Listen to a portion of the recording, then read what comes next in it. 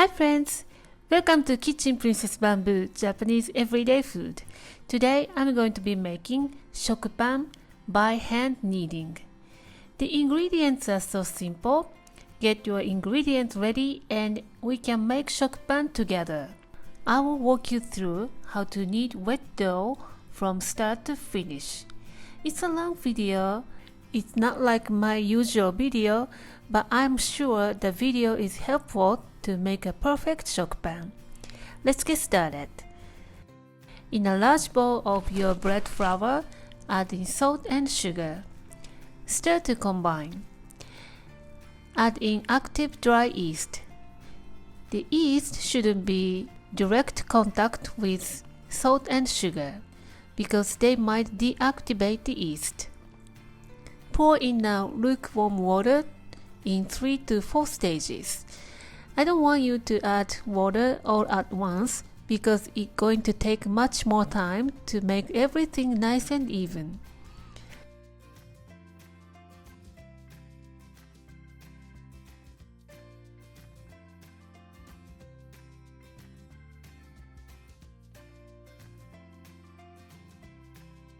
When it starts forming a dough, add the rest of the water to the dry area. Continue mixing and all the ingredients form a dough. Cover and let it sit for 10 minutes. This step makes your hand kneading much easier because the flour absorbs moisture evenly and gluten relaxes while resting. After 10 minutes, take out onto your working surface. Set the batter on your side. Start kneading with spreading like this. You can see the uneven part with this motion.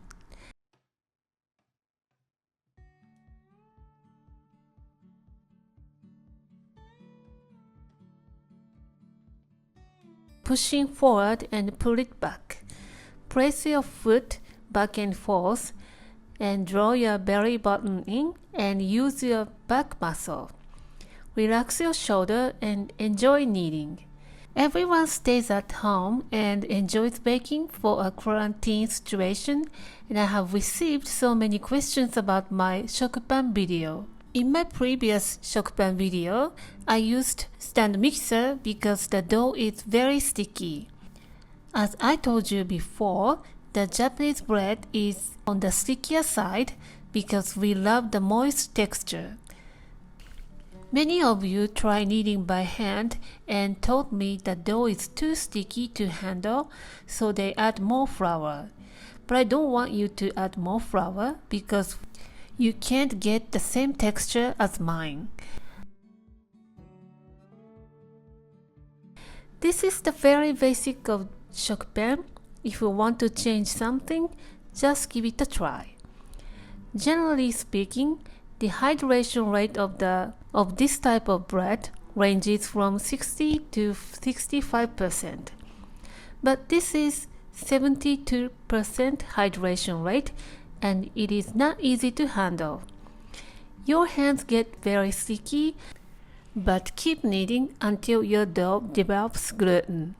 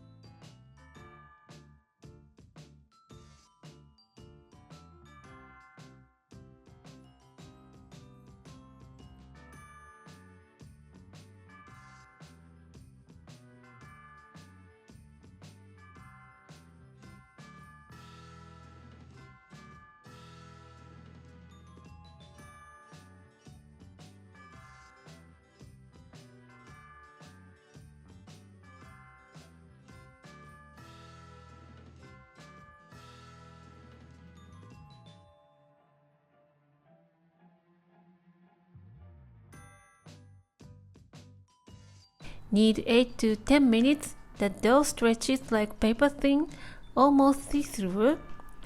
The other side. It's time to add butter.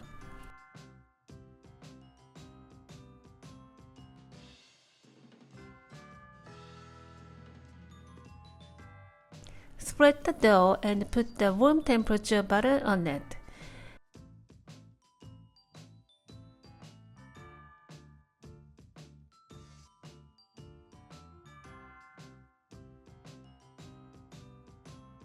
By adding the butter, the dough falls apart, but it comes together soon.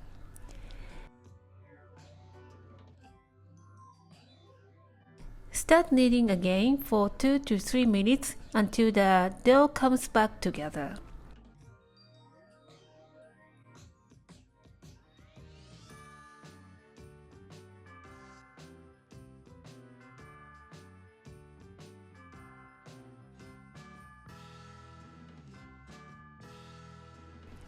By kneading the dough, I feel I am releasing the stresses of stacking in my house. The dough becomes more elastic and shiny and smells so good.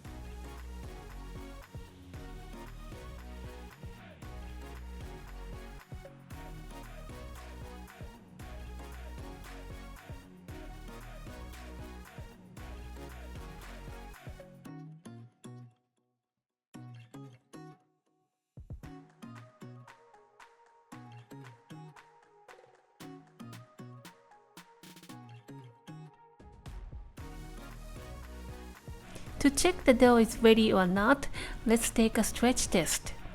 It looks good.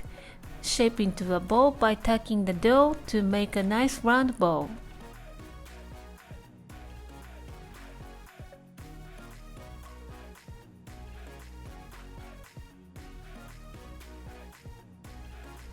Put it in a greased bowl, stretch side up.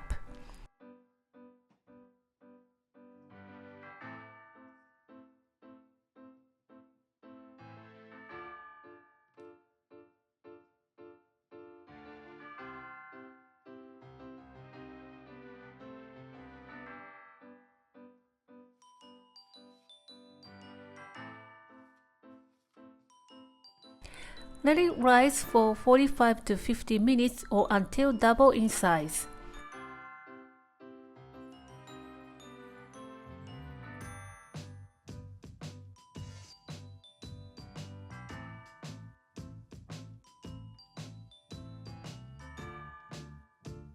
After 45 minutes, the dough should look like this.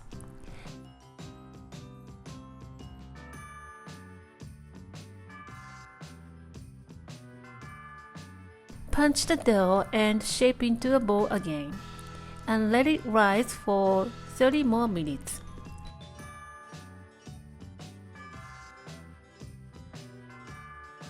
What this does is provide fresh air into the dough and activate the yeast even more, and the yeast releases more carbon dioxide, which makes airy and fluffy bread. After 30 minutes, the dough doubles in bulk like this. Poke with your dusted finger and the hole you have just made is not shrinking back. It's okay to proceed.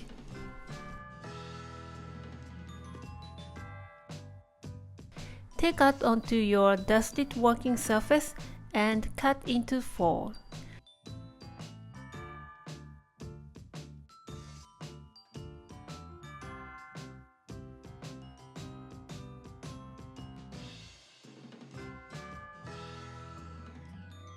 Today it weighs 280 grams each dough. Shape into a nice round ball and let them rest for 10 minutes. This step is called bench rest and it relaxes the dough before the final shaping. While bench resting, grease the mold.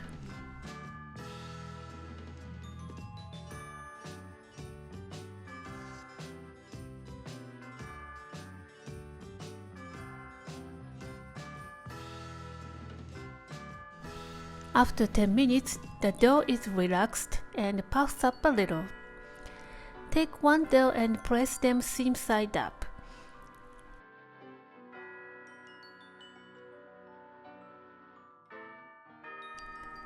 Roll it out to the half an inch thick and fold from top and bottom. Rotate and roll it up, tucking the dough and stretch the surface. Pinch to seal. Repeat the process to the other dough.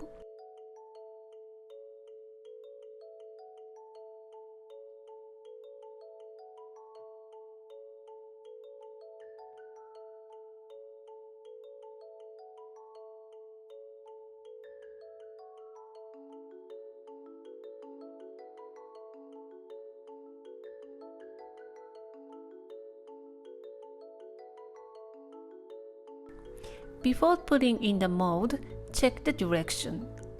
In this order, the dough expands fully in the oven. Repeat the process.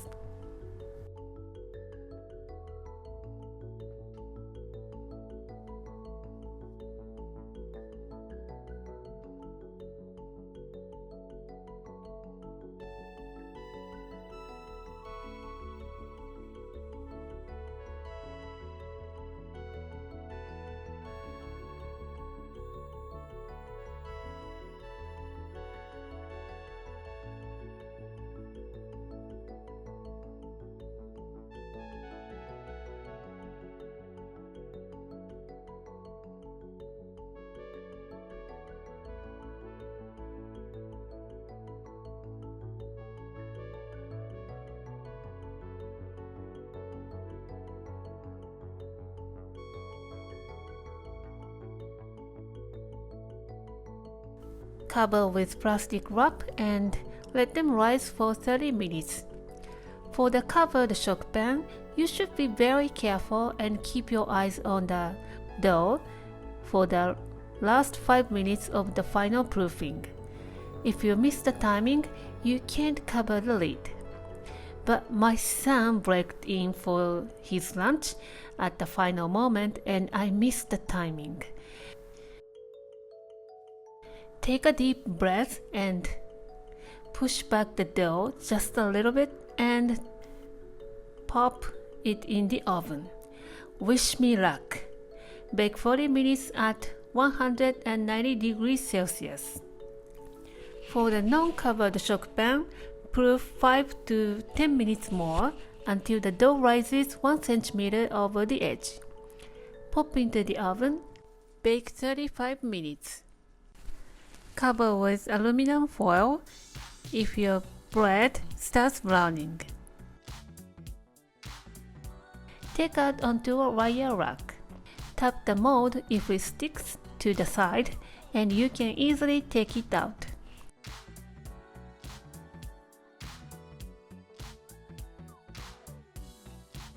For the shokupan, without the lid, apply butter for the appealing look.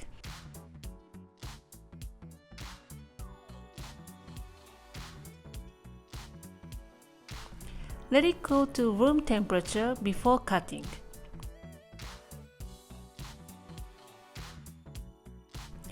Let's slice and see the inside.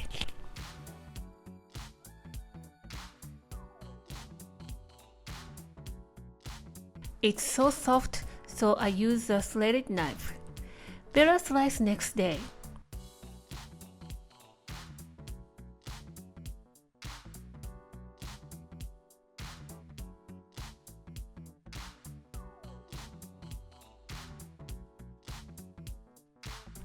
Look at that moist and fluffy inside. The simple is the best. Smells so wonderful and I'm so satisfied with this beautiful bread. My family don't eat shokupan so much, so I can enjoy the bread for the next couple of weeks.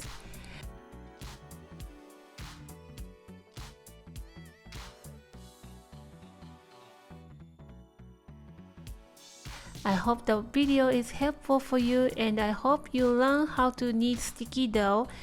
I hope you can make your own nice shokupan. Stay safe and stay healthy and I will see you soon. Thanks for watching. Bye!